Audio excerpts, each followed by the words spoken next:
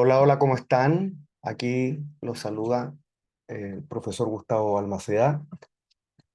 Les voy a hacer una breve referencia, un breve comentario sobre la ley 21.483.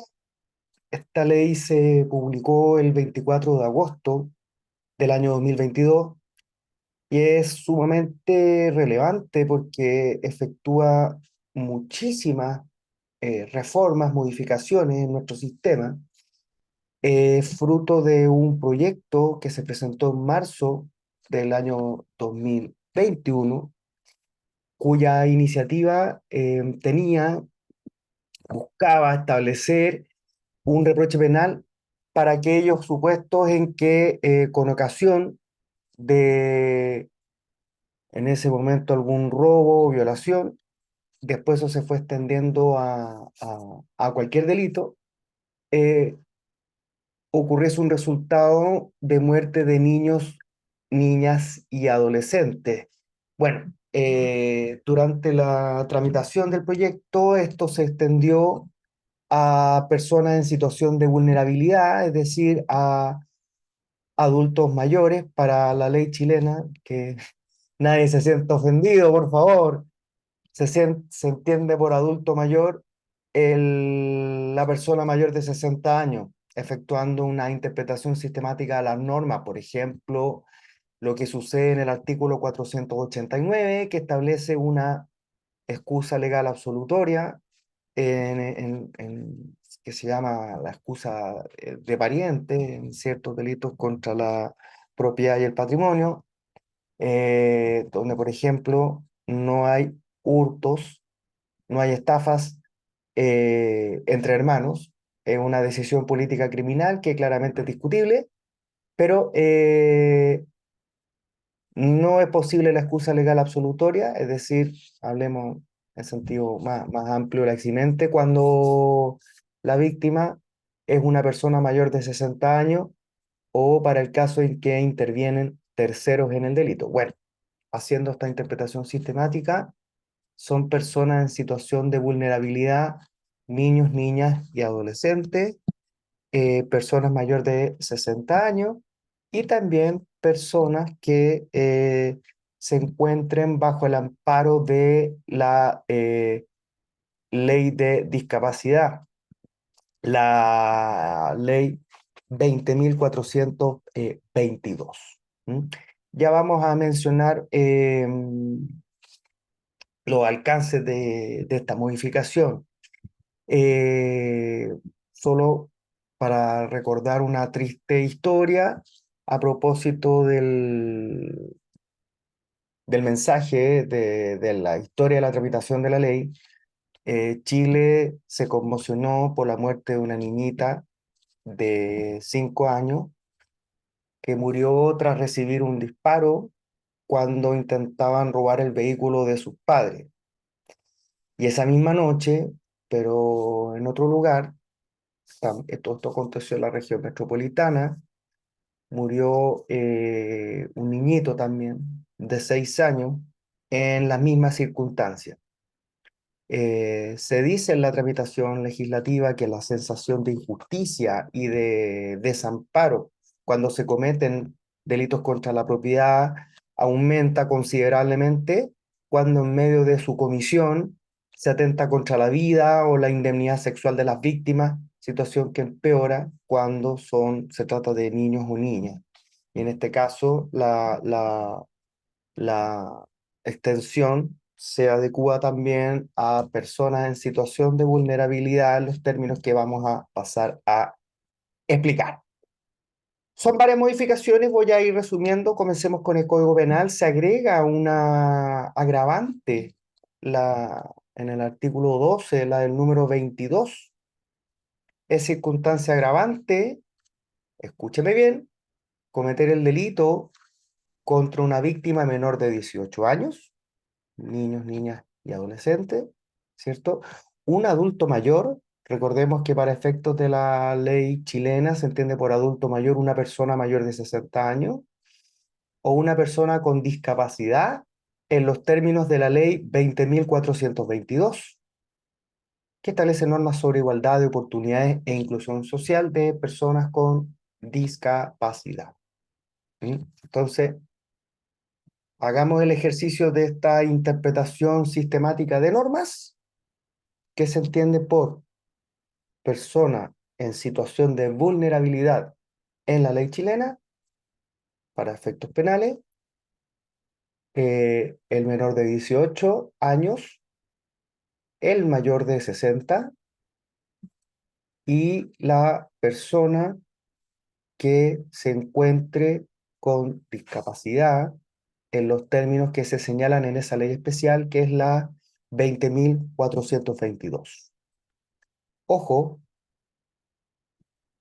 es una circunstancia agravante genérica, por lo tanto, toma en consideración que si tú le pegas, hablemos de un delito de lesiones menos graves, cualquier atentado a la salud individual que implique la ley chilena en materia de delitos contra la salud individual, deja harto que desear. Tiene una tipificación que es bastante anacrónica, inorgánica, sistemática, contradictoria, en fin. Pero lo que quiero es dejar por establecido es que hablemos que se trata de un atentado contra la salud individual que produzca un menoscabo eh, con una incapacidad laboral superior a 7 días, otra interpretación sistemática con la ley del tránsito, e inferior a 30. Hablemos de eso. ¿Ah? Un, un puño, un puño que produzca una licencia médica, aterrizándolo por 10 días, es una lesión menos grave. Si esa lesión menos grave tú la ocasionas a una persona menor de 18, a un mayor de 60 o a una persona con discapacidad en los términos de la ley mencionada, es un agravante que antes no existía. Y esto incide considerablemente en materia de determinación de la pena. ¿Mm? Todo esto, hagamos también la línea del tiempo, por los problemas de ley penal en el tiempo que esto va a producir, que esto es a partir del 24 de agosto del 2022 en adelante, con los plazos de prescripción que pueda conllevar, etcétera. Bueno,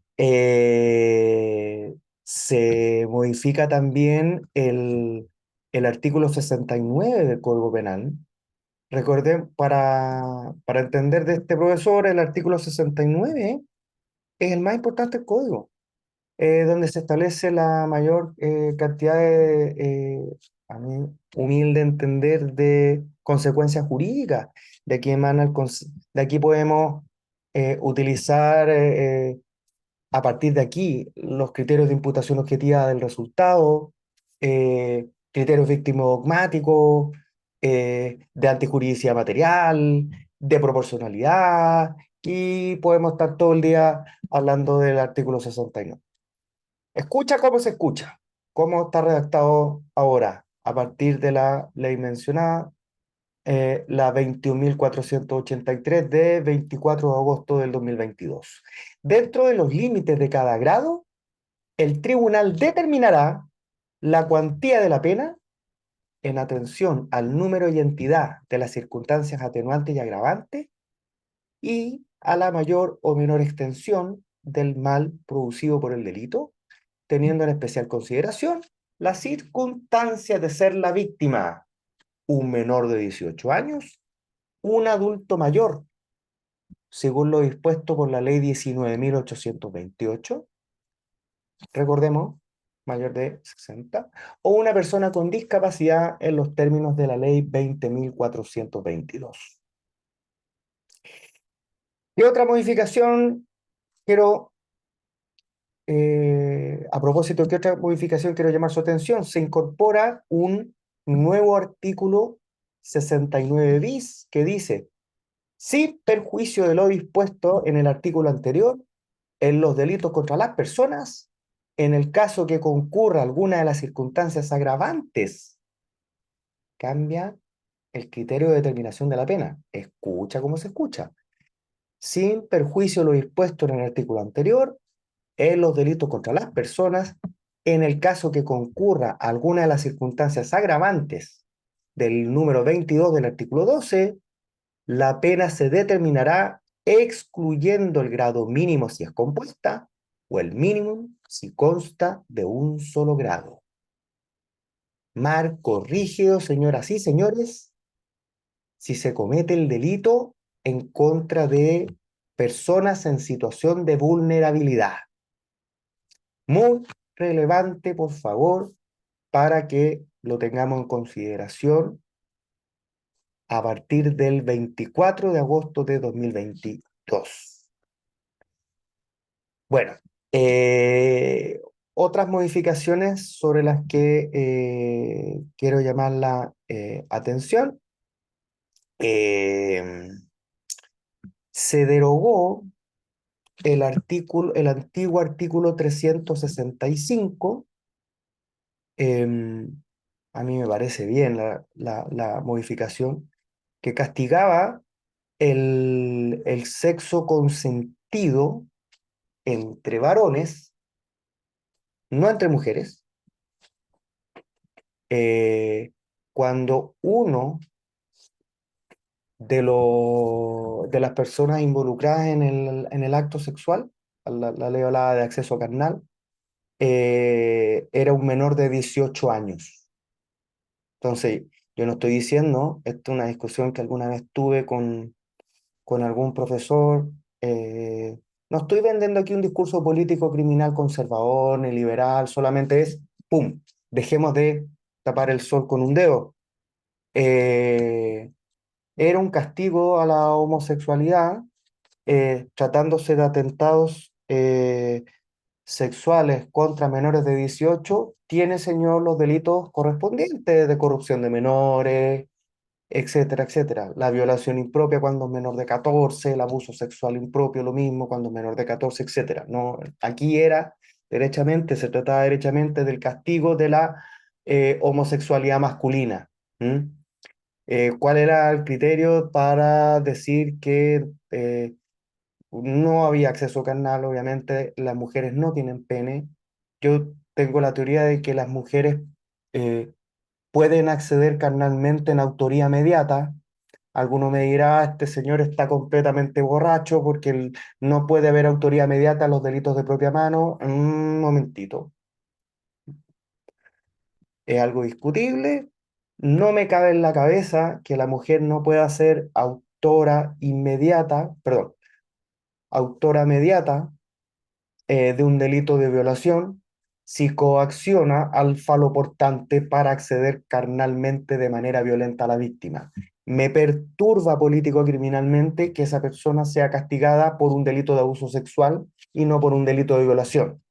¿Mm? Imagínate, le pone una pistola en la cabeza al faloportante. ¿Eso no es una autoría inmediata? Yo creo que sí. Eh, la mujer no puede ser coautora de violación si se comparte el dominio del hecho. Imagínate una mujer que amordaza o que físicamente es superior a la víctima para que el falo portante la penetre. O sea, esa mujer es coautora de abuso sexual y no de violación. A mí, bueno, estoy dando ejemplos de política criminal que no me parece defendible que la mujer en esos casos no pueda ser autora, pero en fin, autora de violación. A lo que quiero llegar, se deroga el artículo 365 que castigaba la homosexualidad masculina cuando una de las personas era una persona menor de, valga la redundancia, menor de 18 años. La crítica eh, eh, creo yo que esto es meterse en la moralidad de cada uno y también de desigualdad ante la ley, desigualdad ante la ley, pese a que en su momento pasó los filtros ante el Tribunal Constitucional, pero ¿por qué se castigaba la homosexualidad masculina y no se castigaba la homosexualidad femenina? Bueno, lo dejo para su, para su reflexión. En el artículo 391 eh,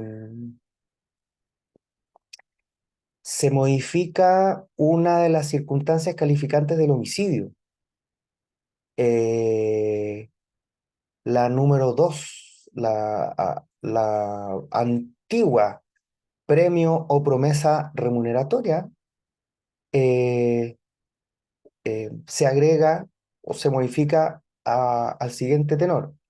El que matare a otro, dice el inciso, el encabezado, mejor dicho.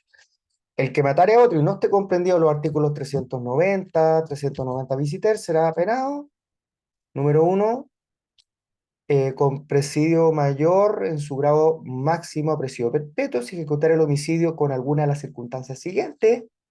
Segunda, perdón por el gallito Claudio, por premio o promesa remuneratoria o por cualquier otro medio que implique ánimo de lucro. ¿Mm? Se amplía, básicamente porque surgía la discusión que se entiende por premio o promesa y la mayoría decía que al ser remuneratoria, la voz remuneratoria implicaba necesariamente un carácter pecuniario, dejando de lado el favor sexual, el favor político, etcétera. Bueno, queremos con esto, lo dejo para su análisis, zanjar la discusión en el sentido de que cuando habla de cualquier otro medio que implique ánimo de lucro, que se trate únicamente de un aspecto económico, mira, pues son cosas que pueden sonar un poco absurdas, pero te voy a poner un ejemplo. Yo creo que el ánimo de lucro en el hurto no necesariamente es económico, así como lo estás escuchando. ¿Por qué? Porque el animus rem sive habendi, parece que estuviera haciendo un exorcismo. eh, yo creo que implica el ánimo del señor y dueño. Esto es una discusión, pero te la voy a resumir. Si yo eh, me quedo con el pañuelo de una persona, no por el valor del pañuelo de adorno, se entiende, no para sacarse los mocos, ¿ya? Eh, olvídate del problema del valor del pañuelo, que sea de más de un UTM, para hablar que es delito. Entonces yo me quedo con el pañuelo de una persona, no porque lo quiero vender, no porque lo quiero cambiar por algo, no.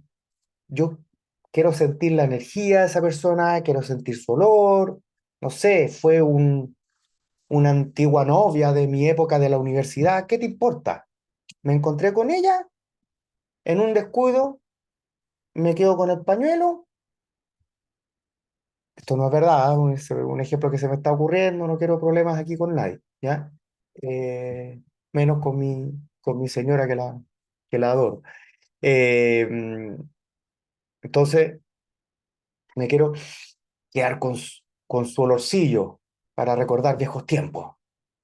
Me va a decir que eso no es hurto porque no hay un ánimo de lucro pecuniario. Claro que es hurto. El ánimo de lucro en los delitos contra la propiedad, que son distintos a los delitos contra el patrimonio, se entiende en sentido amplio. Es decir, basta con el aprovechamiento. No es necesario el enriquecimiento, la búsqueda del enriquecimiento.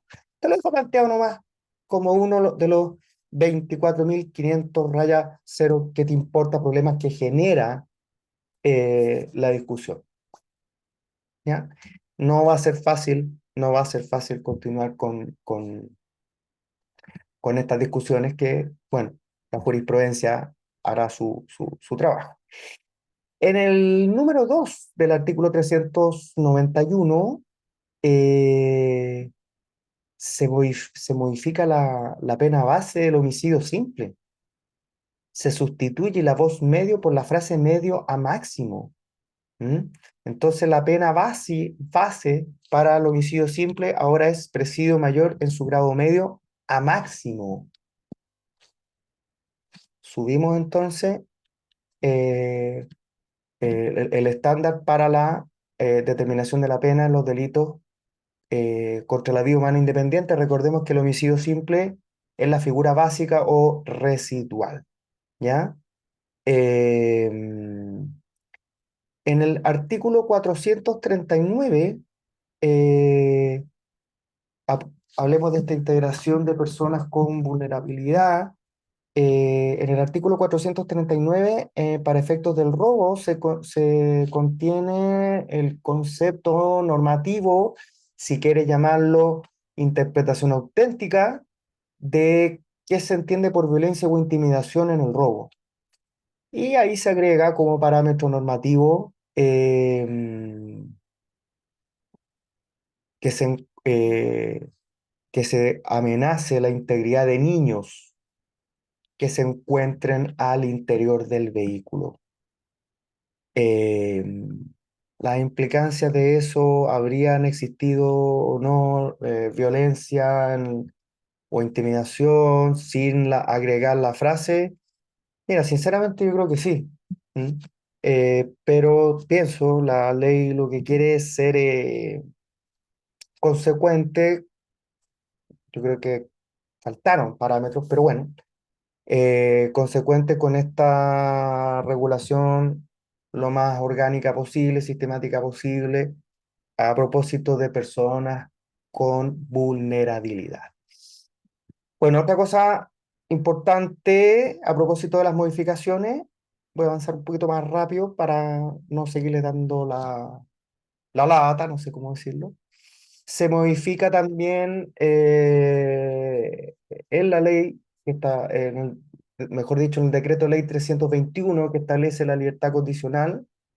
eh, porque hay plazos para pedirla, hay un plazo legal genérico, hay unos plazos específicos, etcétera. Bueno, dentro de los plazos específicos se agregó el homicidio simple junto al homicidio calificado y al femicidio, como alteración a la regla general de los plazos para solicitar la libertad condicional.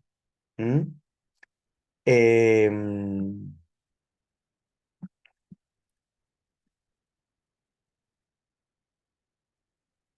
y bueno, eso era los aspectos relevantes a los que yo quería hacer alusión. Espero muy sinceramente que esto les haya servido y nos estaremos viendo en otros videos, en otras clases, etcétera. Muchas gracias por su atención. Hasta luego.